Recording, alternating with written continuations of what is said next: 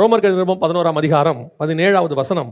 சில கிளைகள் முறித்து போடப்பட்டிருக்க காட்டு ஒலிவ மரமாகிய நீ அவைகள் இருந்த இடத்தில் ஒட்ட வைக்கப்பட்டு ஒலிவ மரத்தின் வேருக்கும் சாரத்துக்கும் உடன் பங்காளியாய் இருந்தாயானால்.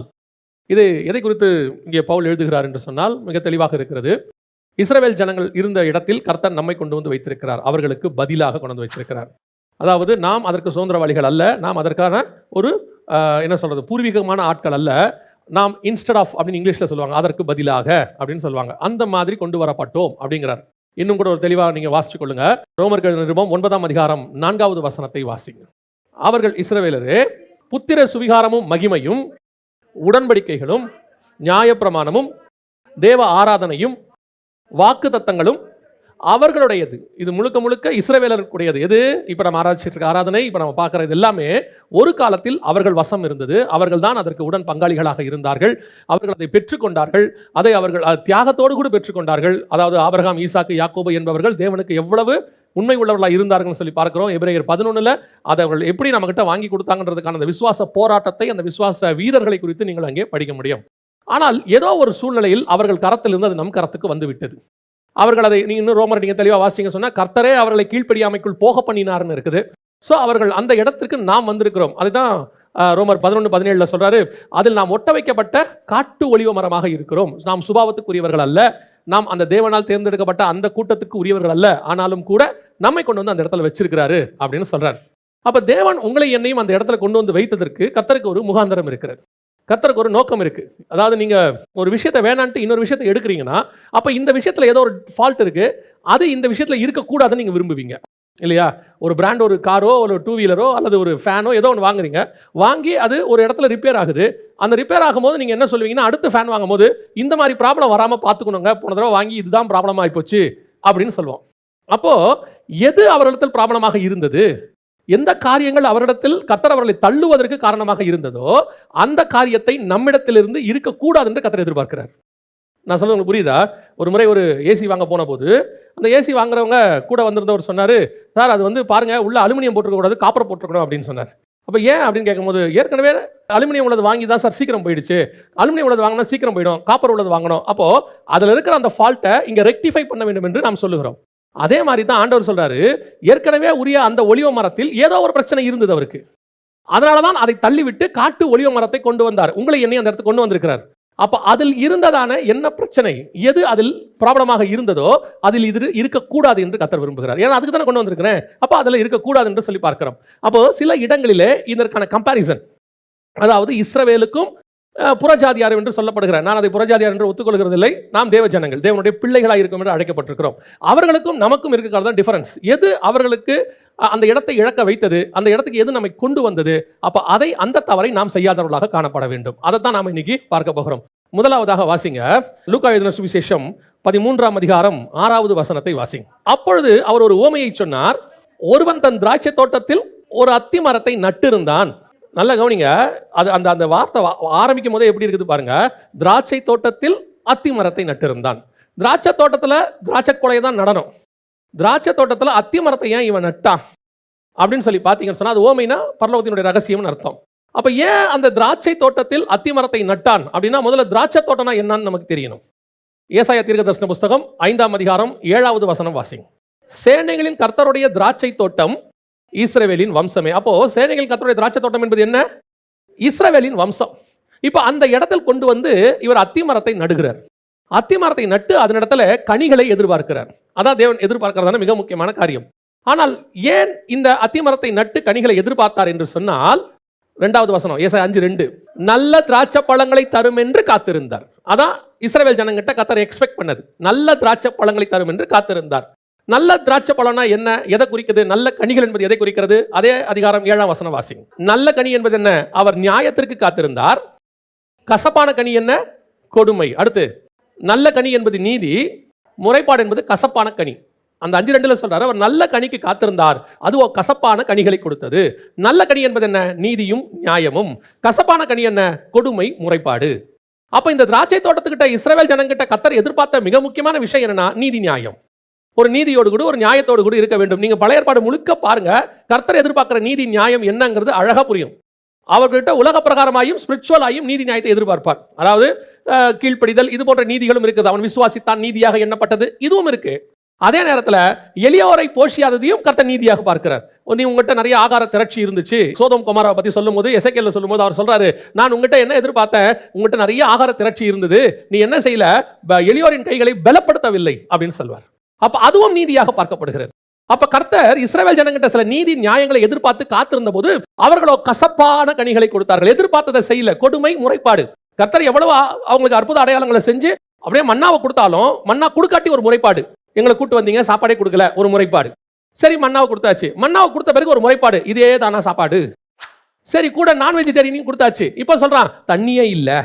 சரி, தண்ணியும் கொடுத்தாச்சு. கொஞ்ச நாள் சும்மா இருந்தான். அப்புறம் சொல்றான் எவ்வளவு தூரம் நடக்கிறது, என்ன அவங்களுக்கு இருக்குது, அந்த வழி அவர்களுக்கு மனமடிவாக்கிற்று அப்படின்னு இருக்குது. அப்படி எல்லாம் நல்லா கவனிச்சு பார்த்தீங்கன்னு சொன்னா பல இடங்களில் அந்த முறைப்பாடு இருந்துகிட்டே இருக்கு. கர்த்தர் எவ்வளவோ காரியங்களை செய்தும் பல நேரங்களில் நம்முடைய குறைவுகள் என்று நாம் அவர்கிட்ட சொல்லுகிறதை அவர் நிறைவேற்றியாக்கி கொடுக்கிறார். அவர் பார்வைக்கு அது குறைவே கிடையாது. அவருக்கு ஏற்ற நேரம் வரும்போது என்ன செய்வார், கொடுக்க தான் போகிறாரு. 2வது மாதம் நான் ஏற்கனவே உங்களுக்கு சொல்லியிருப்பேன் நினைக்கிறேன். அவங்க 1ஆம் மாதம் 14ஆம் தேதி புறப்பட்டாங்க. ஆபிப் மாசத்துல அவங்க எகிப்திலிருந்து. 16ஆம் அதிகாரத்தில் நீங்கள் வாசிச்சு பார்த்தீங்கன்னா 2ஆம் மாதம் 15ஆம் தேதி வரைக்கும் அவங்க வராங்க. வரும் வரைக்கும் அவர் ஆகாரத்தையும் அவங்களுக்கு கொடுக்கல, இவங்களும் கேட்கல. காரணம் என்னன்னா, எகிப்திலிருந்து கொண்டு வந்த மாவு அவங்க கையில் இருந்துச்சு. இப்போ தீர்ந்து போய் ஒரு நாள் ஆகுது. இவனை விட அவருக்கு நல்லா தெரியும் இவங்கிட்ட மாவு தீர்ந்தாதான் இவருக்கு கொடுக்கணும்னு. இவனும் மாவு இருக்கிற வரைக்கும் அவரை தேடவே இல்லை, அப்படியே விட்டுட்டான். ஆண்டவரை தேடவே இல்லை. அவர் பார்க்குறாரு, ஒரு நாள் வருவான் பையன், தீர்ந்து போன பிறகு கண்டிப்பாக நம்மகிட்ட தானே வருவான், எங்கே போக போகிறான் அப்படின்னு. கரெக்டாக தீர்ந்து வச்சு கர்த்தரை போக்கி கேட்கறத விட்டுட்டு முறைப்பாடு. அவர்கள் முறையிட்டார்கள் மோசேயின் இடத்துல போய், வனாந்தரத்தில் சாகடிக்கவா எங்களை கூட்டிட்டு வந்தீங்க அப்படின்னு சொல்லி. இப்போ சாப்பாடு கொடுத்தோன்னு கேட்குறான், வெறும் இதுதானா, நான் வெஜிடேரியன் கிடையாதா? இதுதான் முறைப்பாடு. தேவன் எதிர்பார்க்கிறது என்ன, போதும் என்ற மனதுடன் கூடிய தெய்வ பக்தியே மிகுந்த ஆதாயம். கர்த்தர் செய்த நன்மைகளுக்கு நான் எண்ணத்தை செலுத்துவேன், ரட்சிப்பின் பாத்திரத்தை கையில் எடுத்துக்கொண்டு தொழுது கொள்வேன். இதுவரைக்கும் செய்ததுக்கு நன்மை செலுத்துறதுக்கு வாய் வரல. நான் இப்போ சொல்றேன், ஆண்டவர் ரட்சிக்கப்பட்ட நாளிலிருந்து நம்மை காப்பாற்றுகிறார். ஆமா தானே? எத்தனை பேர் ஒத்துக்கிறீங்க? இல்ல, பிறந்த நாள்ல இருந்து காப்பாற்றுறாரு. தாயின் கருவில உருவாமலும் அவர் தானே காப்பாத்தினாரு. நமக்கு தான் ரட்சிப்பின் நாள் ஒன்று இருக்கு. நான் மறுபடி பிறந்தேன்னு வச்சிருக்கிறோம். அவர் பிறக்கிற நாள்ல இருந்தே நம்ம கண்ணோக்கமாக இருந்தார். இந்த பிறக்கிற நாள் வரைக்கும் நமக்கு அவரை தெரியாது, ஆனா அவருக்கு நம்மளை நல்லாவே தெரியும். அவர் பிறக்கும் போதே தாயின் கருவில இருக்கும் போதே எரேமியா தீர்க்கதரிசனம் டிசைட் பண்ணிட்டாரு. பிறக்கும் போதே சிம்சோனை டிசைட் பண்ணிட்டார். பிறக்கும் போதே மோசேயை டிசைன் பண்ணிட்டார். பிறக்கும் போதே இயேசுவை டிசைன் பண்ணிட்டார். அவருக்கு பிறக்கும் போதே தெரியும் என்ன ஆக போகுது, ஏதாக போகுது. எனக்கு தான் அந்த நாள் வர வரைக்கும் வெயிட்டிங். அந்த நாள் வரும்போது எனக்கு என்ன ஆகுது தெரியுமா? இது வரைக்கும் நடத்தி கொண்டு வந்தாரு, இதுக்கு நான் நன்றி செலுத்துறது இல்லை. இப்போ நான் எதுக்கு நடத்தி சொல்றேன், ரட்சிக்கப்பட்ட அன்னையிலிருந்து ஆண்டவர் என்னை போஷித்தே வரார். சரி, அது கூட பரவாயில்லன்றார் ஆண்டவர். ஓகேப்பா, இதுக்கு முன்னாடி நான் உன்னை காப்பாற்றல, யாரோ காப்பாற்றிருப்பாங்க போல, ரட்சிக்கப்பட்ட அன்னைக்கு தான் புதுசா உன்னை ஃபர்ஸ்டா பார்த்தேன். சரி, அன்னையிலிருந்து காப்பாற்றுறேனே வச்சுக்கோயே அப்படின்ட்டார். அப்பவும் நம்ம பாருங்க, ரட்சிக்கப்பட்ட அன்னையிலிருந்து ஒரு 2 வருஷம் 5 வருஷம் 10 வருஷம் அவர் தான் நடத்திட்டு வர்றாரு. எல்லா நாளும் ஒரு 5 வருஷம் கழிச்சு ஒரு பிரச்சனை வரும்போது 5 வருஷம் நடத்தினதே மறந்துடுவோம், எப்படி நடத்தி கொண்டு வந்தாருங்கிறது மறந்துடுவோம். சில நேரங்களில் கர்த்தர் பெருசா செஞ்சாதான் நமக்கு தெரியுது இல்லையா? கர்த்தர் மரித்தோரை உயிரோடு எழுப்பினார், பெருசா தெரியுது. குஷ்டரோகியை சுகமாக்கினார், பெருசா தெரியுது. நல்லா கவனிச்சு பாருங்க. இதெல்லாம் விட என்ன தெரியுமா, டெய்லி நிமிஷம் கர்த்தர் நம்மை நடத்தி கொண்டு தான் இருக்கிறார். ஏன்னா நம்மளை சுத்தி பிசாசு எவனை விழுங்கலாமோ என்று வகை தேடி சுத்தி திரிகிறான். ஒரு நிமிஷம் மட்டும் கர்த்தர் கை எடுத்தார்னு வச்சுங்க, இந்நேரம் தூள் தூளா போயிருப்போம். நம்மெல்லாம் இருந்த இடமே காணாமல் போயிருக்கோம். அப்ப அந்த அளவுக்கு கர்த்தர் என்ன செஞ்சு வச்சிருக்கிறாரு, ஒவ்வொரு நாளும் பொக்கிஷமா பாதுகாத்து இருக்கிறாரு. ஆனா முறைப்பாடு என்ன செய்வாரோ, ஏது செய்வாரோ, என்ன ஆகும் ஆண்டவரே, ஒரு பதிலும் கொடுக்க மாட்டேங்கிறீங்க. ஆண்டவர் சொல்றாரு, இந்த முறைப்பாடை முதல்ல நிறுத்திடுங்க. ஏன்னா அந்த முறைப்பாடு ஒரு வகையான அவிசுவாசம். முறைப்பாடு என்பது என்ன, ஒரு வகையான அவிசுவாசம். எனக்கு ஒரு அங்கிள் தெரியும், இப்போ அவர் இல்லை, கர்த்தருக்குள்ள நிதிரை அடைஞ்சிட்டாரு. அவர் பிள்ளைங்க அழுதா அவருக்கு பிடிக்காது. நாங்கள் அவர் வீட்டில் தான் ஃபர்ஸ்ட் வேலைக்கு சேர்ந்தேன். அவர்கிட்ட போய் நான் அப்புறம் அவங்க வீட்டில் ரொம்ப மகன் மாதிரி ஆகிட்டேன். அப்போ அவருக்கு பிடிக்காத ஒரு விஷயம் என்னன்னு கேட்டிங்கன்னா, பிள்ளைகள் அழுதா பிடிக்காது. ஏதோ ஒன்று பிள்ளைகள் கேட்பாங்க, கேட்டு அழுவாங்க. அழுத உடனே கோபமாக வெளியே வருவார் வீட்டை விட்டு. என்ன அங்கிள் ஆச்சு, அழுகுறாங்க ஜெகன் அப்படிம்பார். எனக்கு ஆச்சரியமாக இருக்கும். அழுதா நம்மளும் அழத்தானே செய்யணும், சோகமாக தானே வரணும். அப்பா பிள்ளை அழுதா என்ன ஆகும், சோகமாக வரணும் இல்லை. இவர் கோபமாக வருவார். எதுக்கு இப்போ அழுவுது அப்படின்னு கேட்பாரு. நான் ஏன் அங்கிள் அப்படின்னா, நான் எவ்வளவு செய்கிறேன் அத்தனை இவங்களுக்கு தானே செய்கிறேன். அப்போ நான் செய்ய மாட்டேன்றதுனால தானே அழுகுறாங்க அவங்க.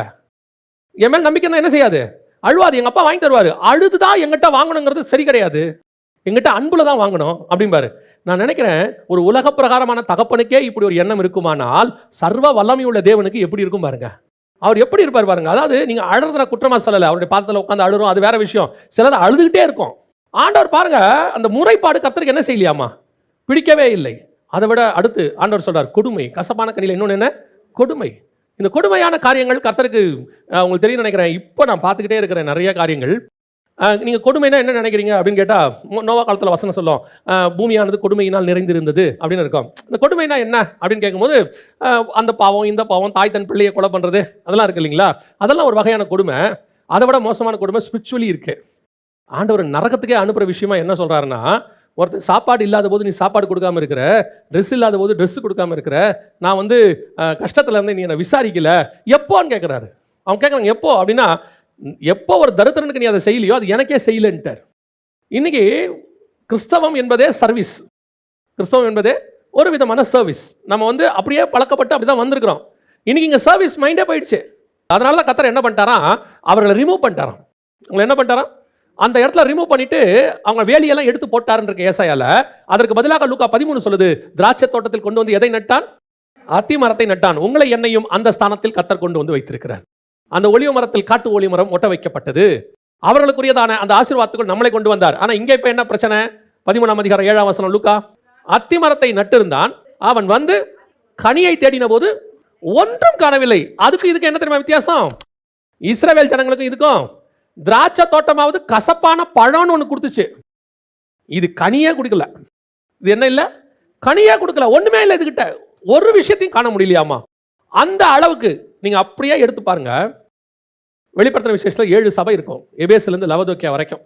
இந்த 7 சபையும் எதற்குரியதான காலகட்டங்கள் அப்படின்னு பார்த்தீங்கன்னா 7 காலகட்டங்கள். அதாவது இயேசு கிறிஸ்து பரமேறி போனதிலிருந்து சபை எடுத்துக்கொள்ளப்படுகிற வரைக்கும் உள்ள 7 காலகட்டங்கள். இந்த 7 காலகட்டங்களில் 5 சபை, நல்லா தெரிஞ்சுங்க, 5 சபை குறை உள்ளது, 2 சபை குறையே இல்லாதது. அதில் ஒரே ஒரு சபை மட்டும் ஒரு நன்மையும் இல்லாதது. மிச்ச எல்லா சபைக்கிட்டையும் நன்மை இருக்கும். 6 சபைக்கிட்ட நன்மை இருக்கும், 5 சபைக்கிட்ட குறை இருக்கும், 2 சபைக்கிட்ட குறையே இருக்காது. ஆனால் ஒரே ஒரு சபைக்கிட்ட மட்டும் எந்த நன்மையும் இருக்காது. எந்த சபைன்னு பார்த்தீங்கன்னா லவோதிக்கேயா சபைக்கிட்ட. கடைசி சபைக்கிட்ட பார்த்தீங்கன்னா ஒரு நன்மையும் இருக்காது. ஆரம்பிச்சிருந்து குறை பற்றி மட்டும் ஆண்டவர் பேசிக்கிட்டு இருப்பார். குறை, அதுக்கிட்ட என்னென்ன குறை இருக்குது, என்னென்ன குறை இருக்குன்னு. இந்த லவோதிக்கேயா சபைங்கிறது எந்த காலகட்டம் தெரியுமா? கடைசி சபை, கடைசி காலகட்டம். சபை எடுத்துக்கொள்ளப்பட போகிற போது பூமியில் இருக்கக்கூடிய சபைகளுடைய காலகட்டம் தான் லவோதிக்கேயா குறிக்குது. அப்ப இந்த காலகட்டத்தில் இருக்கிற சபைகளை அது குறிக்குது. ஒரு நன்மையும் இல்லாத சபை. சபைக்குள்ள போயிட்டா என்ன இல்லையாமா? ஒரு நன்மையும் இல்லையாமா. கர்த்தர் லவோதிக்கேயா பார்த்து சொல்றாரு, உங்ககிட்ட அந்த குறை உண்டு, நீ ஐஸ்வர்ய, நீ தரித்திரனாய் இருந்தும் நிர்வாணியாய் இருந்தும் உனக்கு நீ அறியாது இருக்கிறாய், என்னிடத்துல வஸ்திரத்தை வாங்கிக் கொள்ளு, களிம்பை வாங்கிக் கொள்ளு, என்னென்னமோ ஆண்டவர் சொல்றாரு. ஆனா அவங்ககிட்ட ஒரு நன்மை இருக்குன்னு ஒண்ணு கூட சொல்லல. சிமர்னா சபை கிட்ட சொல்லும் போது ஒரு தீமையும் இல்லை, பிலதெல்பியா கிட்ட ஒரு தீமையும் இல்லை, எபேசு கிட்ட நன்மையும் இருக்கு தீமையும் இருக்கு, பெர்கமு கிட்ட நன்மையும் இருக்கு தீமையும் இருக்கு, தியத்தாரா கிட்ட நன்மையும் இருக்கு தீமையும் இருக்கு. ஆனால் லவோதிக்கேயா கிட்ட ஒரு நன்மையும் இல்லை. அவர் வந்து தேடின போது ஒரு கனியும் காணப்படவில்லை. இன்னைக்கு சபையினுடைய நிலைமை அதான். ஆனா சபை எங்க இருக்குது? ஆவியானவருடைய உபதேசத்துக்கு உள்ள இருக்கு. ஆவியானவர் சபைகளுக்கு சொல்லுகிறதை காதுள்ளவன் கேட்க கடவன். இப்ப அத்திமரம் எங்க இருக்கு? திராட்சை தோட்டத்துக்கு உள்ள இருக்கு. எங்க இருக்கு? பிரமாணத்துக்கு உள்ள இருக்கு. எங்க இருக்கு? தேவனுடைய வாக்குத்தத்தத்துக்கு உள்ள இருக்கு. ஆனால் எங்கே கனி? எங்கே கனி? கர்த்தர் தேடுகிற கனி எங்கே?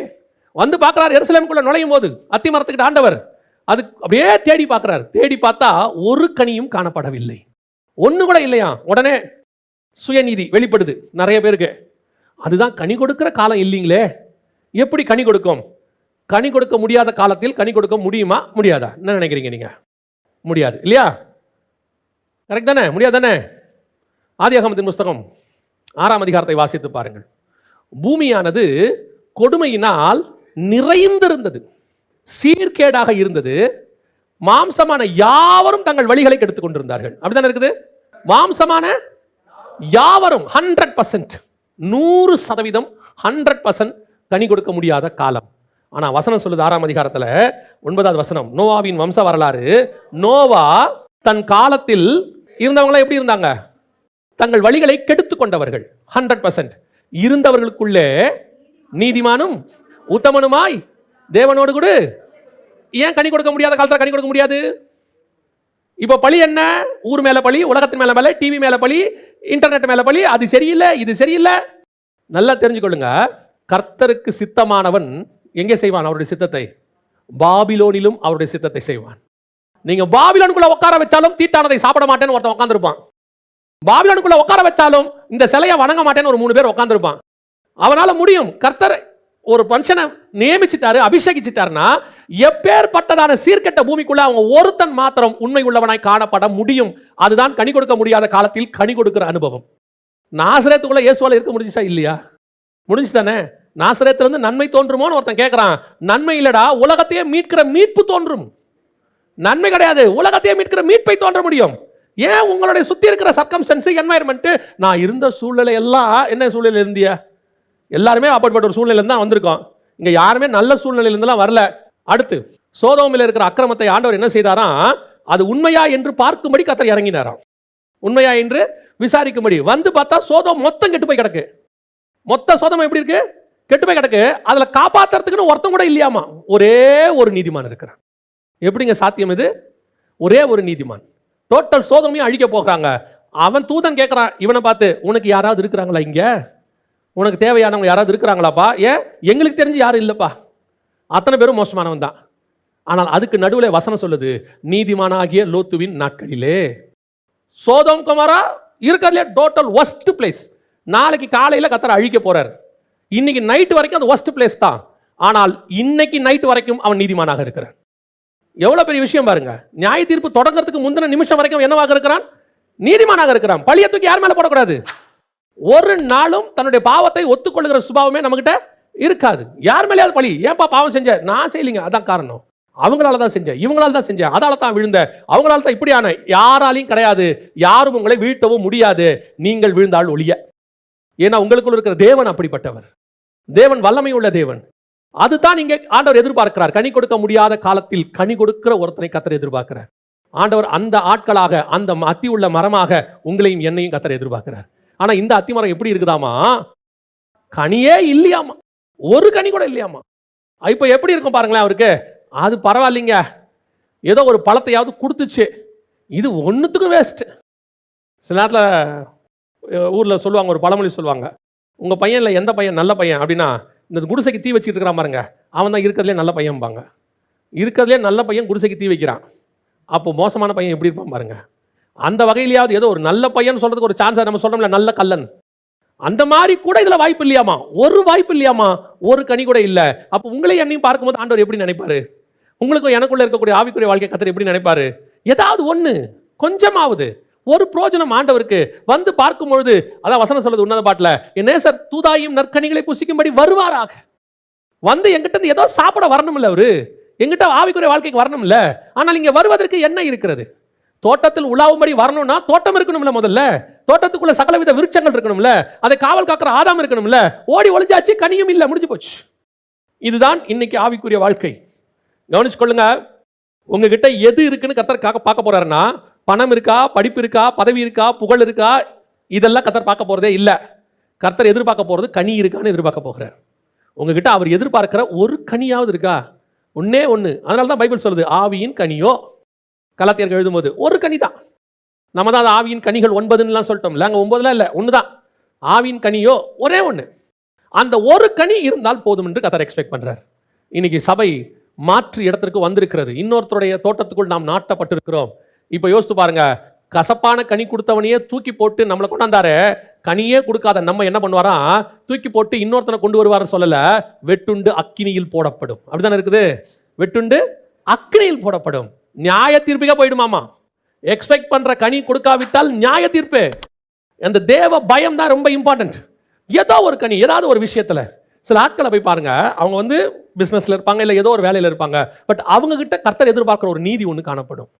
அவங்க கிட்ட உட்காந்து பேசும்போது அந்த ஆவியின் கனியில் 9 ஏதோ ஒன்று இருக்கும். அந்த கனிக்குள்ள அந்த 9 காரியம் சொல்றாருல, அன்பு, நீடிய பொறுமை, சாந்தம், ஏதோ ஒன்று இருக்கும். அது கர்த்தருக்கு பிரயோஜனமாக இருக்கும். அதை கர்த்தர் பார்த்து தான் அவங்களை ஆசீர்வதிச்சுக்கிட்டே வருவார். ஒண்ணுமே இல்லாத ஒரு குரூப் என்ன ஆகும்? கையில பைபிள் இருக்கிறதுனாலையோ ஆலயத்துக்குள் உட்கார்ந்து இருக்கிறதுனாலையோ மாத்திரம் நாம் கனி உள்ளவர்கள் என்ற அர்த்தம் அல்ல. கர்த்தர் தேடுகிற கனி எனக்குள் காணப்படுகிறதா என்பதுதான் முக்கியம். First point. திராட்சை தோட்டத்தில் அத்தி மரத்தை கர்த்தர் நட்டார். இப்ப கர்த்தர் எதிர்பார்க்கறது என்ன? கசப்பான கனி வேண்டாம், நல்ல கனி வேணும். ஆனா கனி கொடுக்காத மரமும் வேண்டாம். எனக்கு மரம் வேணும், ஆனா கனி கொடுக்கிற மரம் வேண்டும். ரெண்டாவது வாசிங்க, எபிரேயருக்கு நிருபம் 7ஆம் அதிகாரம் 11வது வசனம் வாசி. அல்லாமலும் இஸ்ரவேல் ஜனங்கள் லேவி கோத்திர ஆசாரிய முறைமைக்குட்பட்டிருந்தல்லவோ நியாய பிரமாணத்தை பெற்றார்கள். அந்த ஆசாரிய முறைமையினாலே பூரணப்படுதல் உண்டாயிருக்குமானால் ஆரோனுடைய முறைமையின்படி அழைக்கப்படாமல் மெல்கிசேதேக்கினுடைய முறைமையின்படி அழைக்கப்பட்ட வேறொரு ஆசாரியர் எழும்ப வேண்டுவதென்ன? அவர் என்ன சொல்ல வர்றாருன்னா, ஆரோனின் முறைமையின்படி நியாயப்பிரமாணத்தினால சில காரியங்களை இஸ்ரவேலுக்கு ஆண்டவர் கொடுத்தாரு. ஆனால் அந்த முறைமையினால் பூரணப்படுதல் உண்டாகவில்லை. என்ன வரல? பூரணப்படுதல் உண்டாகவில்லை. கர்த்தர் எக்ஸ்பெக்ட் பண்ணதான ஒரு ஃபுல்ஃபில்மெண்ட் அதுல கிடைக்கல. அதனால கர்த்தர் என்ன பண்ணாரா, வேறொரு முறைமை, மெல்கிசேதேக்கு என்கிறதான வேறொரு ஆசாரிய முறைமை. இன்னும் கொஞ்சம் எளிதா உங்களுக்கு சொல்றேன். பழைய ஏற்பாட்டு காலத்துல இஸ்ரவேலர்களை வச்சு அவர் எல்லாம் பண்ணி பார்த்து, அதனால அவர்களால் அவருக்கு ஒரு பூரணப்படுதல் வராததுனால புதிய ஏற்பாட்டு சபையை உங்களை எண்ணி அந்த இடத்துல கர்த்தர் கொண்டு வந்திருக்கிறாருன்னு சொல்றாரு. அப்ப கர்த்தர் இப்ப எதிர்பார்க்கறது என்ன? முதல்ல எதிர்பார்த்தது கனி, இப்ப எதிர்பார்க்கிறது பூரணப்படுதல். இப்ப எதிர்பார்க்கறது என்ன? பூரணப்படுதல். அதனாலதான் எழுதும் போது எபிரேயருக்கு எழுதின நிருபத்துல வாசிங்க அந்த வசனத்தை. எபிரேயருக்கு எழுதின நிருபம் 6ஆம் அதிகாரம் 2வது வசனத்தை வாசிங்க. ஸ்நானங்களுக்கு அடுத்த உபதேசம், கைகளை வைக்குதல், மரித்தோரின் உயிர்த்தெழுதல், அஸ்திபாரத்தை மறுபடியும் போடாமல் பூர்ணராகும்படி கடந்து போவோம் வாக. இப்ப திருப்பி திருப்பி பைபிள் என்ன சொல்லுதுன்னா, வந்த ரட்சிக்கப்பட்ட, ஞானஸ்தானம் எடுத்த, அபிஷேகம் பெற்ற, சபையில மெம்பரா இருக்க, அப்புறம் அவ்வளவுதான். வேற என்ன இருக்குது? இதோட முடிஞ்சிருச்சானா இல்ல. இப்போ நீங்க இப்போ நல்லா கவனிச்சு பாருங்க. பையன் வந்து 10th ஃபர்ஸ்ட் மார்க் எடுத்துட்டான், ஸ்டேட் ஃபர்ஸ்ட். இதை விட வேற என்னங்க இருக்கு? அவ்வளோதான் முடிஞ்சிருச்சு அப்படின்னா இல்லைங்க, +1 ஒன்று போகணும், +2 ஒன்று போகணும். சரிங்க, அதுவும் போயாச்சு. +2லயே அவன் தாங்க ஸ்டேட் ஃபர்ஸ்ட், அவன் தாங்க ஸ்டேட் ஃபர்ஸ்ட். இதோட எல்லாம் முடிஞ்சிருச்சா? இல்லப்பா, இதுக்கப்புறம் இன்னொன்று இருக்குப்பா, அங்க போகணும். அதுக்கு தான் +2 மார்க்கு. இந்த +2 மார்க்கை வச்சுக்கிட்டு வேற ஒன்றும் பண்ண முடியாதுப்பா. இதை வச்சு அடுத்த பூர்ணப்படுதலுக்குள்ள போகணும். காலேஜ் போயாச்சு, செமஸ்டர் பாஸ் பண்ணியாச்சு, எல்லாம் பண்ணியாச்சு, அப்பாடா படிச்சு முடிச்சாச்சு, எல்லாம் ஓகே. இல்லப்பா, இந்த காலேஜ் எதுக்கு படிச்சு முடிச்ச தெரியுமா? இதை வச்சுக்கிட்டு இதை விட அடுத்த வேலை என்கிற பூரணப்படுதலுக்குள்ள போகணும். எப்பங்க இது பூரணப்படும்? நீ எப்ப இந்த பூமியை விட்டு போகிறியோ அப்பதான் அந்த பூரணப்படுதல் நிறைவாய் முடியும். அப்ப அந்த பூரணப்படுதல் மேல வாஞ்சை இருந்துட்டே இருக்கணும். இன்னும் வரணும், இன்னும் போகணும், இன்னும் ஆவிக்குரிய வாழ்க்கையில வளரணும். இஸ்ரவேல் ஜனங்களுக்குள்ள என்ன இருக்குது? அந்த பூரணப்படுதல் வராம போனதுக்கு காரணம் என்ன? அவனுக்கு 7 பண்டிகை இருக்குது, சடங்காச்சாரம் இருக்கு, தசமாக காணிக்கை இருக்குது, பலி இருக்குது, செலுத்தி முடிச்சாச்சு, வேலை முடிஞ்சிச்சு, அவ்வளவுதான். அப்புறம் என்னப்பா? அவனுக்கு பூரணப்படுதல் கிடையாது, பாவத்துல பூர்ணமாகுதல் இல்ல. வரான், பலி கொடுக்குறான், போறான். அடுத்த வருஷம் வரான், பலி கொடுக்குறான், போறான். அடுத்த வருஷம் வரான், பலி கொடுக்குறான், போறான். அதுல இருந்து என்ன ஸ்பிரிச்சுவலி வளர்ந்தான்? ஒரு வளர்ச்சியும் இல்ல. எப்படி இருக்காரோ அப்படியே இருக்கணும். கர்த்தர் என்ன செய்யறாரு? இந்த வருஷத்துக்கு அடுத்த வருஷத்துக்கு இன்னொரு ஸ்டெப் நீ பூரணப்பட்டிருக்கணும், அதுல இருந்து அடுத்த ஸ்டெப்புக்கு போயிருக்கணும். இப்படி ஃபுல்ஃபில்மெண்ட் ஆகி மொத்தமா ஒரு பூரணப்படுதல் உண்டாகும். அதைத்தான் கர்த்தர் எதிர்பார்க்கிறார். இன்னைக்கு அந்த பூரணப்படுதலுக்காக தான் கர்த்தர் என்ன பண்ணிருக்கிறாராம்? அவன் முறைமையில அது கிடைக்காதுன்றதுனால நம்ம முறைமைக்கு கொண்டாந்துருக்கிறார். ஆரோன் முறைமையில கிடைக்காதுன்றதுனால இயேசு கிறிஸ்துவின் முறைமைக்குள்ள கொண்டாந்துருக்கிறார். இப்ப நீங்க நான் அந்த பூரணப்படுதலுக்குள்ள போறோமா? ஆசை இருக்குதா? நமக்கும் அந்த ஆசை கிடையாது. இப்ப அவன மாதிரியே தான். அவன் ஆசாரி போடுறதுக்கு வருவான், பலி செலுத்துவான், தசமாங்காணிக்கு கொடுத்துருவான், இதோட போயிட்டு அடுத்த வருஷம் வருவான். அவன் அடுத்த வருஷம் வருவான், நீங்க அடுத்த வாரம் வருவீங்க, அவ்வளவுதான். பலருக்கு இந்த பூரணப்படுதல் அப்படிங்கிற இடத்துக்கு போறதுக்கு இஷ்டமே இல்லை. ஏன் பூரணப்படுதல் பண்ணும் தெரியுமா? அதான் ஏன் அந்த இஷ்டம் இல்லை தெரியுமா? தங்கத்தை ஃபர்ஸ்ட் எடுத்த உடனே நீங்க ஆர்னமெண்ட்டாக செஞ்சு பெஸ்ட்டாக செய்யணும்னா முதல்ல அதை நெருப்பில் போடணும், டைக்குள்ளே போடணும், அப்புறம் பாலிஷ் பண்ணணும், அப்புறம் அதை ஏற்ற மாதிரி வணையணும், சில கொஞ்சம் தட்டு தட்டணும். இவ்வளோ செஞ்சால் என்னவாகும்? பூரணப்பட்டு நம்ம கேட்குற மாதிரி இருக்கும். நீங்கள் போய் கார் வாங்குறீங்க ஷோரூமில், போய் பார்த்தோன்னே கார் அழகாக இருக்குங்கிறீங்களே, அதுக்கு முன்னாடி இந்த கார் வாங்கின அடின்னு ஒன்று இருக்குல்ல, இந்த டோருக்கு தண்ணி அடிக்க கொடுத்துருப்பாங்க, எல்லாத்தையும் அடிச்சு நெட்டு போட்டு போல்ட்டு போட்டு உருக்கி அப்படியே டிங்கரிங் ஒர்க்லாம் பார்த்து வெல்டு பண்ணி அதை பண்ணி மேலே பெயிண்டை போட்டு சொரண்டி கிரண்டி எல்லாம் பண்ணி வந்து அது எப்படி நிற்கும் பார்த்தீங்கன்னா பக்காவாக நிற்கும் ஷோரூமில். இப்போ எப்படி இருக்கு? நீங்கள் வாங்கும் போது என்ன எதிர்பார்க்குறீங்க? அந்த காரில் 4 டோரில் 3 டோர் பெயிண்ட் பண்ணியாச்சு, ஒன்று தான் பண்ணலை, இப்போ எடுத்துகிட்டு போங்க, அடுத்த வாரம் வந்து வாங்கிக்கலாம்னு நீங்கள் ஒத்துப்பீங்களா? நான் வாங்கும் போது கார் எப்படி இருக்கணும்? பர்ஃபெக்டாக இருக்கணும். அப்போ வாங்கும் போது நம்ம ஒரு பூரணப்படுதலை எதிர்பார்க்கிறோம் இல்லை? அந்த பூரணப்படுதலை உங்களை பரலோகத்துக்கு கொண்டு போகும்போது கர்த்தர் எதிர்பார்க்கிறார். இன்னும் ஷைன் ஆகணும், இன்னும் நான் வந்து எனக்குள்ள இருக்கிற களிம்புகளை நீக்கணும், எங்கெங்கெல்லாம் குறை இருக்குதுன்னு பார்க்கணும். எந்த ஒரு பொருளுமே விற்கிறதுக்கு முன்னாடி குவாலிட்டி கண்ட்ரோல்னு சொல்லுவாங்க, செக் பண்ணுவாங்க, குவாலிட்டி செக் அப்படின்னு ஒன்று சொல்லுவாங்க. இந்த குவாலிட்டி செக் பண்ணி அவர் ஒரு என்ன கொடுக்கணும்? NOC கொடுக்கணும், நோ அப்ஜெக்ஷன், பர்ஃபெக்டா இருக்கு அப்படின்னு சொல்லி. அந்த பர்ஃபெக்ஷனை பரிசுத்த ஆவியானவர் கொடுத்தால் மட்டுமே நீங்களும் நானும் பரலோகத்துக்குள் போக முடியும். பூரணப்படுதல் உண்டாகுதல் சிந்தனையிலிருந்து, பேச்சிலிருந்து, பார்வையிலிருந்து, செய்கையிலிருந்து, நடக்கையிலிருந்து எல்லாத்துலயும் இருக்கணும். பூரணப்படுதல் வெரி இம்பார்ட்டன்ட். அது இல்லைன்னு தான் இஸ்ரவேலை 2000 வருஷம் தள்ளி போட்டார். 2000 வருஷம் தள்ளி போட்ட இஸ்ரவேலுக்கு பதிலாக நீங்களும் நானும் மெல்கிசேதேக்கின் முறைமையின்படி கொண்டு வரப்பட்டிருக்கிறோம். மிக முக்கியமான இடத்துக்கு கொண்டு வந்து கர்த்தர் உங்களை என்ன எதுக்கு வச்சிருக்கிறார் தெரியுமா? பூரணப்படுதலுக்காக. அரைவேக்காடு, கால்வேக்காடு எல்லாம் போகாது. யோசித்து பாருங்க, வாசிங்க அந்த வசனத்தை. எபிரேயர் நிருபம் 11ஆம் அதிகாரம் 39வது வசனத்தை வாசிங்க. எபிரேயர் 11:39. இவர்கள் எல்லாரும் யார்? எல்லாரும் 3வது வசனத்துல ஆபேல் ஆரம்பிக்குது. 32வது வசனத்துல பின்னும் என்ன சொல்லுவேன்? சிம்சோன், எப்தா, பாராக், தாவீது, சாமுவேல் என்பவர்களை குறித்தும் தீர்க்கதரிசிகளை குறித்தும் விவரம் சொல்ல வேண்டுமானால் காலம் போதாது. ஆபேல் ஆரம்பிச்சு பழைய ஏற்பாட்டை தீர்க்கதரிசி மல்கியா வரைக்கும் எல்லாரையும் கொண்டாந்தாச்சு. கொண்டு வந்துட்டு சொல்றாரு 39 இவர்கள் எல்லாரும் விசுவாசத்தினாலே நற்சாட்சி பெற்றிருந்தும் வாக்குத்தத்தம் பண்ணப்பட்டதை ஏன்பா அடையல? ஏன் அவங்க அடையல? ஆபிரகாம் இருக்காரு, அதுல ஈசாக்கு இருக்காரு, யாக்கோபு இருக்காரு, மோசே இருக்கிறாரு, தாவீது இருக்கிறாரு, அத்தனை பேரும் அதுல இருக்காங்க. இவர்கள் எல்லாரும் விசுவாசத்தினாலே நற்சாட்சி பெற்றும், விசுவாசத்தினாலே நற்சாட்சி பெற்றும், அதாவது இவங்கெல்லாம் திட்டு வாங்கினவங்க கிடையாது, இவங்கெல்லாம் சாட்சி வாங்கினவங்க.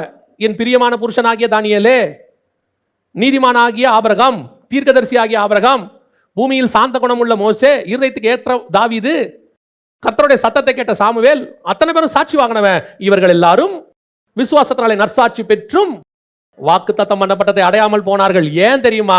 அவர்கள் நம்மை அல்லாமல் பூரணராகாதபடிக்கு. அப்ப பூரணமாகுதல் உங்க கையிலும் என் கையிலும் தான் கொடுக்கப்பட்டிருக்கிறது. அப்ப நீங்கள் நானும் பூரணமாகாம எப்படி போவோம் அந்த இடத்துக்கு? அதை பத்தி நான் கவலையாவது இருக்குதா? சில அப்பாக்களுக்கு அந்த பூரணப்படுதல் 100 எடுத்தாதான் என்னது, அப்படியே ஒரு நம்ம பரலோக தகப்பன் அப்படித்தான். ஏன் தெரியுமா? அவர் அப்படி, அவர் தான் அப்படின்னு பார்த்தா அந்த பவுலும் அப்படி. நம்ம சொல்ல முடியாதுல்ல, யாரும் அப்படி இருக்க முடியாதுன்னு. அந்த பையன் நான் இருந்துட்டேன்ட்டு போயிட்டான். எது கேட்டாலும் இப்போ திருப்பி நம்ம என்ன சொல்றாரு? பவுல் இருந்தாமில்ல, எலியா நம்மை போல பாடுள்ள மனுஷனா இருந்தும் இல்ல, ஆபிரகாம் நம்மை போலத்தானே, அத்தனை மேகம் போல திரளான சாட்சியை கொண்டு நிறுத்திட்டு 12ஆம் அதிகாரத்தில் எழுதி வேற கொடுத்துறாரு, இத்தனை மேகம் போல திரளான சாட்சிகள் நம்மை சூழ்ந்திருக்க. அப்படிதானே இருக்கு. அதுக்கு என்ன அர்த்தம் தெரியுமா? டே உன்னால முடியாதுன்னு சொல்லாத, இத்தனை பையன் செஞ்சிருக்காங்கிறாரு. நம்ம சொல்லுவோம்ல, யாராலுங்க இதெல்லாம் முடியும்? அதெல்லாம் பைபிள். ஆண்டவர் சொல்லிட்டாரு, இவ்வளவு பேர் எழுதி கொடுத்துருக்க பாரு, இவ்வளவு பேரும் நற்சாட்சி பெற்றிருந்தும் வாக்குத்தத்தம் பண்ணப்பட்டதை பெறல, நீ பூரணப்பட்டதான் தம்பி அது உனக்கு கிடைக்கும் போயிட்டாரு. நீங்க முடியாது, ஆவாது, நடக்காது, வாய்ப்பு இல்லை, அப்படிலாம் சான்ஸே இல்லைன்னா சொல்ல முடியாது. சொன்னீங்கன்னா எபிரேயர் 11ஆம் அதிகாரத்தை சொல்லிட்டு சொல்லுவாரு, இத்தனை போல மிக போல திரளான சாட்சிகள் நம்மை சூழ்ந்திருக்க. அப்ப கர்த்தர் எக்ஸ்பெக்ட் பண்றது என்ன? பூரணப்படுதல், ஃபுல்ஃபில்மெண்ட். பழைய ஏற்பாட்டு பரிசுத்தவான்கள் விசுவாசத்துல நீதிமானாக இருந்தானா ஆபிரகாம், அவன் பூரணப்படலையா. அப்ப நம்ம விசுவாசம் எப்படி இருக்கணும் பாருங்க, நம்ம விசுவாசம் எப்படிப்பட்டதாக காணப்படணும் பாருங்க. மோசே முகமுகமாய் தரிசித்தானாமா, சாந்த குணம் உள்ளவனாமா, அவன் பூரணப்படலையாமா, நீங்கள் நானும் பூரணப்படுத்தணுமா. அப்ப நம்ம சாந்த குணம் எப்படி இருக்கும் இல்லையா? தாவீது என் சித்தப்படியெல்லாம் செய்வான். தாவீது எப்படி செய்வானா? அவருடைய சித்தத்தை எல்லாம் செய்வானாமா, அவன் பூரணப்படலையாமா. அப்ப நம்ம எப்படி சித்தம் செய்யணும்? இப்ப நாம என்ன நினைச்சிட்டு இருக்கிறோம்? எப்படி இருந்தாலும் பரலோகத்துக்கு போயிடுவான். அப்ப பைபிள் என்ன சொல்லுது? பூரணப்படுதல் இல்லாமல் போக முடியாதுன்னு சொல்லுது. பல நேரங்களில் நாம பைபிளை அண்டர் எஸ்டிமேட் பண்ணிட்டு இருக்கிறோம், பரலோகத்தை அண்டர் எஸ்டிமேட் பண்றோம். ஈஸியா போயிடலாம். அதுக்கு என்ன சொல்லிட்டாங்கன்னா, புறஜாதியா இருக்குன்னு சொல்லி வச்சுட்டான். பாவம், அவங்களுக்கு தெரியல, தான தர்மம் பண்ணா பரலோகத்துக்கு போயிடலாம், தாய் தகப்பனுக்கு எதாவது செஞ்சா பரலோகத்துக்கு போயிடலாம், அதை பண்ணா போயிடலாம், இதை போயிடலாம், கிரியினாலே பரலோகத்துக்கு போறது ஒன்று இருக்குல்ல. அதே மாதிரி இங்கேயும் சொல்லி வச்சுட்டாங்க, தசமாங்க கொடுத்தா போயிடலாம், மிஷினரிக்கு கொடுத்தா போயிடலாம், அவங்களுக்கு கொடுத்தா போயிடலாம். இவங்களுக்குலாம் கொடுத்தா உங்களுக்கு பலன் மிகுதியாக இருக்கும், ஆனா போனாதான் இருக்கும். போவதற்கு பூரணப்பட்டதான் போக முடியும். போறவனுக்கு இந்த பலன் இருக்கும். போவீங்களா? இதான் கேள்வி இன்னைக்கு. மிக முக்கியமாக முதலாவதாக அவர்கள் அந்த ஆசாரித்துவத்தை பூரணப்படுதல் உண்டாகவில்லை என்றுதான் இயேசுவின் ரத்தத்தாலே புதிய பூரணப்படுதலை கொண்டு வந்து கதை நம்ம கையில் கொடுத்து வச்சிருக்கிறார். நீங்கள் அந்த இடத்தை அட்டைன் பண்றவங்களா இருக்கிறோமா? சுத்தி பழி போடாதீங்க. அதனால இதனால அவங்களால இவங்களால இதனால தான் வீழ்ந்தா, இதுதான் எனக்கு யாருக்கு காரணம் இல்லை. நீங்க நினைச்சா, சிம்சோன் எதுக்கு அந்த பக்கமா போனாரா? செத்து போன சிங்கத்தை பார்க்கும்படி வழி விலகி போனான். சிங்கம் இருக்கா இல்லையான்னு பார்க்க போனாராமா. இன்னைக்கு நாம நினைச்சா பாவத்தை ஜெயிக்க முடியும். நினைச்சா என்ன செய்யலாம்? பாவத்தை ஜெயிக்கலாம். தாவீது கிட்ட ஒரு பலவான் இருந்தானாமா, அவன் காலையிலேருந்து நைட் வரைக்கும் சண்டை போட்டானாமா. சண்டை போட்டோன்னா அவனுடைய கத்தி என்ன செஞ்சிருச்சான்? கையோட ஒட்டிக்கிச்சான். என்னன்னு கேட்டா, சண்டை போட்டு ரத்தம் உறைஞ்சி கையும் ரத்தமும் என்ன ஆயிடுச்சு? ஒன்னாயிருச்சா. அந்த மாதிரி ஃபோன் ஒட்டிக்கிச்சா. ஏன் செல்ஃபோனை சுவிச் ஆஃப் பண்ண முடியாதா? ஏன் செல்ஃபோனை வச்சுட்டு போக முடியாதா? பழியை தூக்கி யார் மேலேயோ போடுறது, எது மேலேயோ போடுறது, கூட இருக்கிறவங்க மேலே போடுறது உங்கள் வீழ்ச்சிக்கு யாரும் காரணம் அல்ல. கர்த்தருக்கு சித்தமானால் நீங்களே உங்களை ஜெயிப்பதற்கு கர்த்தர் அந்த பலனை உங்களுக்குள் கொடுத்திருக்கிறார். ஆவியானவர் அதற்கு போதுமானவராக இருக்கிறார். அல்லேலூயா. கடைசியாக வாசிங்கள், எஸ்தரின் புஸ்தகம் 2ஆம் அதிகாரம் 4வது வசனம் வாசி. அப்பொழுது ராஜாவின் கண்களுக்கு பிரியமான கன்னி வஸ்திக்கு பதிலாக பட்டத்து ஸ்திரீயாக வேண்டும் என்றார்கள். வஸ்திக்கு பதிலாக ஸ்திரீயாக வேண்டும் என்றார்கள். அதோட அர்த்தம் என்னன்னா, இந்த வஸ்தி யாரு? இதுவும் பழைய ஏற்பாட்டில் இஸ்ரவேல் ஜனங்களுக்கு அடையாளமாய் சொல்லப்பட்ட ஒரு உவமையான புஸ்தகம், எஸ்தர் புஸ்தகம். ராஜா என்பது தேவன், அதாவது மணவாளனை குறிக்கிறது. அவருக்கு ஒரு வஸ்தி ராஜஸ்திரீ இருக்கிறாள். அவளுக்கு எல்லா விதத்திலும் அவர் கனம் பண்ணி வச்சிருக்கிறாரு. இப்பொழுது அந்த ராஜஸ்திரீக்கு ஒரு கீழ்ப்படியாமை வருகிறது. அந்த இடத்துல அவ என்ன சொல்றான்னா, எஸ்தரின் புஸ்தகத்தை நீங்கள் வாசிக்கும் பொழுது 1:12 வாசிங்க பார்ப்போம். பிரதானிகள் மூலமாக ராஜா சொல்லி அனுப்பின கட்டளையை வர மாட்டேன் என்றால். 127 நாட்டுக்கு ராஜாவை பார்த்து சொல்லுது, அதெல்லாம் வர முடியாதுன்னு சொல்லுது. பல நேரங்களில் தேவன் இஸ்ரவேல் ஜனங்களிடத்துல கீழ்ப்படிதலை எதிர்பார்த்தார். கீழ்ப்படிதலை கர்த்தர் எதிர்பார்க்கிறார். இந்த இடத்துல வஸ்தி பண்ணது சரியா தப்பாங்கிறதே இங்க இல்ல. வஸ்திக்கு ஒரு மனம் இல்லையா, ராஜா வந்து கூப்பிட்டா வந்து நிக்கணுமா, எல்லாரும் அதெல்லாம் இல்ல. இங்க விஷயம் என்னன்னா, பிரமாணத்துக்கு கீழ்ப்படிதல் இருக்குதா இல்லையா, ராஜ கட்டளைக்கு கீழ்ப்படிதல் இருக்கா இல்லையா. அதோட அர்த்தம் என்ன, என் சுய விருப்பு வெறுப்புக்கு அப்பாற்பட்டது நான் ராஜாவின் கட்டளைக்கு கீழ்ப்படிய வேண்டும். இங்க கணவன் மனைவியா பார்க்க கூடாது, தேவன் சபையா பார்க்கணும். தேவன் சபையா, தேவன் ஒன்னு சொன்னா எஸ் அவ்வளவுதான், வந்து நில்லுனா நிக்கணும், செய்யினா செய்யணும், போனா போகணும். கர்த்தரை பொறுத்த வரைக்கும் அவர் ஒன்னு சொல்லி நீங்க எதிர்கேள்வி கேட்டா அவருக்கு பிடிக்காது. பைபிளை நான் பார்த்த வரைக்கும், நான் ஏற்கனவே சொல்லியிருப்பேன், ஆண்டவர் பவுலை போய் அபிஷேகம் பண்ண சொல்லி அனனியா கிட்ட சொல்லுவார். நேத்தர் என்கிற தெருவில் சவுல் என்று ஒருவன் இருக்கிறான், நீ போய் அவனை என்ன செய்ய, அபிஷேகம் பண்ணு. உடனே அனனியா ஆண்டவருக்கு அட்வைஸ், ஆண்டவரே அவன் சபைகளை துன்பப்படுத்துகிறவன் அல்லவா. கர்த்தர் அடுத்த வார்த்தை சொல்லுவார், நீ போ, நீ போ, நீ யார் என்கிட்ட பதில் சொல்றதுக்கு, நான் சொல்றதை கேட்கறதா நீ இருக்க. அதுதான் ராஜாவுக்கும் மனுஷனுக்கும் உள்ளதான கட்டளை. இன்னைக்கு பல நேரத்தில் கர்த்தர் வான்னு சொன்னா என்ன செய்யறது இல்லை, வர எல்லாத்துக்கும் நான் சொல்றேன், ஒரு ஊழியத்தின் பாதையில் சொல்றேன், ஊழியத்துக்கு அழைக்கிறாரு, எத்தனை பேர் வானா உடனே வரோம், 1008 கேள்வி. சரி ஊழியத்துக்கு வந்தாச்சு, கர்த்தர் ஒன்று செய்ய சொல்றாரு, எத்தனை பேர் போறோம், போனா போயிடணும். எங்க போக சொல்றீங்க, அந்த இடம் எப்படிப்பட்டது, அங்க ஸ்கூல் இருக்கா, பிள்ளைகளுக்கு படிப்பு இருக்கா, அந்த இடத்துல ஹாஸ்பிட்டல் இருக்கா, பக்கத்துல மார்க்கெட் இருக்கா. ஆண்டவர் சொல்வாரு, இவனுக்கு பதிலாக வேற ஒருத்தனை கூப்பிடு. உண்மையா தான் கூப்பிட்டா நோ மோர் கொஸ்டின். ஏன்னா உனக்கு அழைப்பு கொடுத்திருக்கிறது பரலோகம், ஹெவன்லி கவர்மெண்ட். ஹெவன்லி கவர்மெண்ட் ஒரு விஷயத்தை சொல்லும் போது எதிர்த்து பேசுவதற்கு இங்க யாருக்கும் அதிகாரம் கிடையாது. இயேசு கிறிஸ்துவே பிதா சொல்றதை அப்படியே கேட்டு செய்றாராம். வசனம் சொல்லுது, பிதா எனக்கு என்ன சொல்லுகிறாரோ அவர் சித்தத்தை செய்வதே என் போஜனமாக இருக்கிறது. இங்க எவ்வளவு கொஸ்டின் ஆண்டவருக்கு கேட்கறான் உட்காந்துக்கிட்டு, இதை பண்ண, ஏன் இதை பண்ணணும், ஏன் இப்படி செய்யணும். ஆண்டவருக்கு பிடிக்காத ஒரு வேலை. கர்த்தர் வானா வந்துடணும், செய்யினா செஞ்சிடணும், போனா போயிடணும். நீங்க கொஸ்டின் கேட்டீங்கன்னா அந்த கொஸ்டின் கேட்கறதுக்கு ஒரு வேலை நீங்க கொடுப்பீங்க. அந்த கொஸ்டின் ஒன்று கேட்குறீங்க இல்லையா, அந்த கொஸ்டினுக்கு நீங்க என்ன செய்வீங்க, ஒரு வேலை கொடுப்பீங்க. நீங்கள் சரியா செய்வதற்கு கர்த்தர் எவ்வளவு அபிரதமாய் ஆசீர்வதிக்கிறாரோ, சில நேரங்களிலே நாம் பண்ணக்கூடிய தப்பிதங்களுக்கும் விலை கொடுக்க வேண்டி இருக்கிறது. இப்போ எலியாவை எடுத்துக்கொள்ளுங்க, ஆண்டவர் சொன்னதெல்லாம் செய்யறாரு, அக்கினி இறக்கியாச்சு. ஆண்டவர் எலியா சொன்ன பேச்ச ஆண்டவர் கேட்கிறாரு, அதான் பெரிய விஷயம். என் வாக்கின்படி அன்றி பனியும் மழையும் பெய்யாது என்று கர்த்தருக்கு முன்பாக நிற்கிற நான் சொல்லுகிறேன். அப்படின்னா என்ன அர்த்தம்னா, இது கர்த்தர் சொல்லல, இது யார் சொல்லல, கர்த்தர் சொல்லல, எலியா சொல்லிட்டாரு.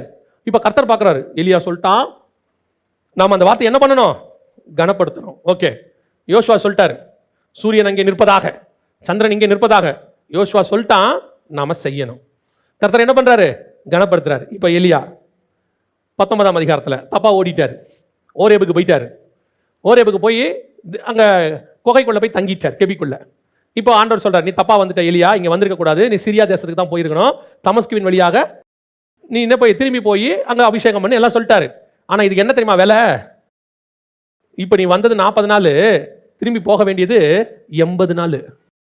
திருப்பி போக வேண்டியது 80 டேஸ். எங்க இருந்து எங்க போனோம், தேவ பர்வதமாகிய எகிப்தில் இருக்கிற ஓரேபில் இருந்து தமஸ்குவின் வழியாய் வனாந்தரத்துக்கு நீங்க போகணும். சிரியாவுக்கு ஆசைகளை போய் அபிஷேகம் பண்ணணும். இது ஃப்ரம் சவுத் டு நார்த். அவர் பெயர் சபால இருந்து இங்க வரும்போது 40 நாள் இரவும் பகலும் நடந்து வந்தாரு. இப்போ அவர் போக வேண்டியது 80 நாள். இப்போ நீ என் பேச்ச கேட்டுட்ட, ஒரு சின்ன தப்பு பண்ணிட்ட, திருத்துற. ஆனா திருத்துறதுக்கு ஒரு விலை உண்டு, ஒரு விலை கண்டிப்பாக உண்டு. தாவீதை மன்னிச்சிட்டாரு, அவன் உரியாவின் மனைவியின் காரியத்தில் ஆண்டவர் என்ன செஞ்சிட்டாரு, மன்னிச்சிட்டாரு. ராஜ்யம் ஸ்திரப்பட்டிருக்கும், எந்த மாற்று கருத்தும் இல்லை. ஆனால் நீ மறைவிடங்களில் செய்ததை வெளியரங்கமாய் செய்யப்படும். நீ உரியாவை எப்படி கொலை பண்ணியோ அதே மாதிரி ஓ மகனா அதே யோவாவை வச்சு போர்ல வச்சு நான் கொல்லுவேன். அப்சலோம் நடந்துச்சு. எப்படி நீ உரியாவுக்கிட்ட சொல்லி அமிச்சு யோவாவை வச்சு கொன்னல்ல, இப்ப அதே யோவாவை வச்சு அப்சலோமை கொன்னாச்சு. விலை உண்டு, புதிய ஏற்பாட்டிலும் விலை உண்டு. கர்த்தர் கிருபை உள்ளவர், ஆனால் நீதிமானுக்கு சரி கட்டப்படுகிறது. செய்யும் போது ரொம்ப கேர்ஃபுல்லாக இருக்கணும். ஏன் தெரியுமா, நான் வஸ்திக்கு பதிலாக கொண்டு வரப்பட்டவன். எனக்கு பிரமாணம் இல்லை, கிருபை இருக்கு, சுயாதீன பிரமாணம். ஆனால் பிரமாணம் என்பதற்காக இப்ப யோசிச்சு பாருங்க, ஒரு தடவைக்கு 5 தடவை பேதுரு முதல் தடவை கூப்பிட்டாரு, அந்திரேயாவை விட்டு வந்தாரு, போயிட்டாரு. திருப்பி 2வது தடவை கடற்கரை ஓரத்தில் போய் கூட்டு வர்றாரு. லூக்கா 5ல் 2 போட்டு நிறைய மீன் கொடுத்து கூப்பிடுறாரு, வந்தாரு. 3வது தடவை போயிட்டாரு. எங்க போயிட்டாரு, மீன் மறுதளிச்சுட்டு போயிட்டாரு. இப்ப திருப்பி கூப்பிட்டு அனுப்புறாரு, யாரை வர சொல்லுங்க, பேதுருவை வர சொல்லுங்க. வந்துட்டாரு. 4வது தடவை இயேசு மரித்த உடனே மீன் பிடிக்க போகிறேன், போயிட்டாரு. 4வது தடவை 4 தடவை வர்றது போறது வர்றது போறது வர்றது போறது. கர்த்தர் 5ஆவது தடவை பார்த்தாரு. இப்போ அவனை பார்த்து ஒரு வார்த்தை சொன்னார், என் ஆடுகளை மேய்ப்பாயாக. ஆண்டவரே, நீங்கள் என்னை ஃபஸ்ட்டு கூப்பிடும் போது மீன் பிடிக்கிறவன் உன்னை மனுஷனை பிடிக்கிறவன் தானே சொன்னீங்க. அது ஃபஸ்ட்டு கூப்பிடும் போது 4 தடவை வந்து வந்து வந்து போயிட்ட பாரு. இந்த மீன் பிடிக்கிற மனுஷன் பிடிக்கிற வேலையை நான் யார்கிட்ட கொடுத்துட்டேன்? பவுல்கிட்ட கொடுத்துட்டேன். என்ன சொல்கிறீங்க? இந்த கல்லின் மேல் என் சபையை கட்டுவேன்னு சொன்னேன், நீ கட்டலை, விட்டாச்சு. இப்போ அவன் சொல்கிறான், நான் அஸ்திவாரம் போட்டேன். கண்மலையின் மேல் நான் அஸ்திவாரம் போட்டேன். உனக்கு ஒரு விலை உண்டு. கர்த்தர் உன்னை அழைச்ச அழைப்பு அப்படி. செய்ய சொல்றத செய்யணும், விடுனா விடணும், வானா வானா, நிக்கனா நிக்கணும். ஏன்? சர்வ வல்லமை உள்ள தேவன். இப்போ யோசிச்சு பாருங்க, வஸ்திய வான்னு சொன்ன உடனே அந்த அம்மா வர மாட்டேன்னு சொல்லிச்சு. இங்க பாருங்க, வாசிங்க, முடிக்கலாம். எஸ்தரின் புஸ்தகம் 2ஆம் அதிகாரம் 14வது வசனத்தை வாசிங்க. ராஜா தன்னை விரும்பி பேர் சொல்லி அழைப்பித்தாள் ஒழிய அவள் ஒருபோதும் ராஜாவினிடத்தில், வஸ்திக்கு என்ன? கூப்பிட்டா வரணும். இங்க கூப்பிட்டா தான் வரணும்.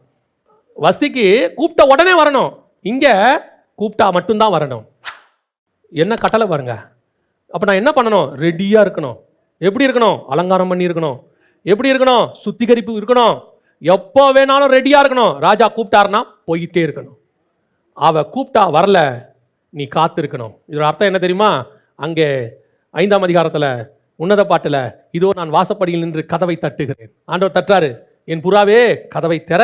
இப்போ வஸ்தி சொல்றா, உள்ள படுத்துக்கிட்டு, என் வஸ்திரத்தை கலைந்தேன், எப்படி அதை திரும்பி விடுப்பேன்? வஸ்தி பேசிட்டு இருக்கா, வர முடியாது, திறக்க முடியாது. இப்போ அதுக்கு பதிலாக எஸ்தரை கூட்டு வந்தாச்சு. இப்போ எஸ்தர் கிட்ட எக்ஸ்பெக்ட் பண்ணது என்ன தெரியுமா? வெளிப்படுத்தல் 22:17, ஆவியும் மனவாட்டியும் வா என்பார்களாக. வெளிப்படுத்தல் 21:2 வாசிங்க பார்ப்போம். பரிசுத்த நகரத்தை இறங்கி வர கண்டேன், தன் புருஷனுக்காக அலங்கரிக்கப்பட்ட மனவாட்டியை போல ஆயத்தமாக்க ரெட்டியா நிக்குது. எப்ப கூப்பிட்டாலும் போயிடுவேன். அவ வஸ்தி படுத்தாச்சு, முடிச்சாச்சு, பேச்சு வர முடியாது, நோ சான்ஸ். இங்கே அப்படி இல்லை. கூப்பிட்டா உடனே, அழைப்பித்த உடனே, இதோ இதோ இதோ. இப்போ ஏன் தெரியுமா?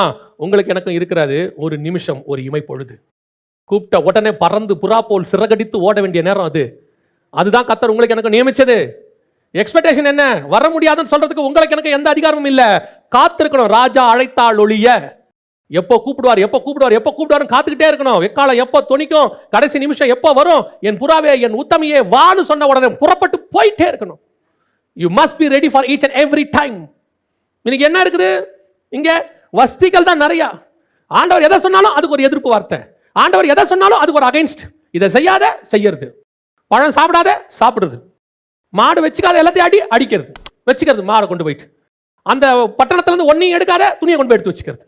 எதை சொல்றாரோ அதை பறிச்சுக்கூடாது. இதை செய்யாதுன்னா அது செய்யக்கூடாது, அவ்வளவுதான். உன்னை இந்த இடத்துக்கு போகாதனா போகக்கூடாது. கர்த்தர் சொன்னாரா? அப்படியே 100%. கர்த்தர் எதிர்பார்க்கிறது எஸ்தரை, வஸ்தியை அல்ல. உங்களை என்னையும் வஸ்திக்கு பதிலாக கர்த்தர் கொண்டு வந்திருக்கிறார். உங்களை என்னையும் கீழ்ப்படியாமல் போன இஸ்ரவேலுக்கு பதிலாக கீழ்ப்படிதலுக்குள்ளே கொண்டு வந்திருக்கிறார்.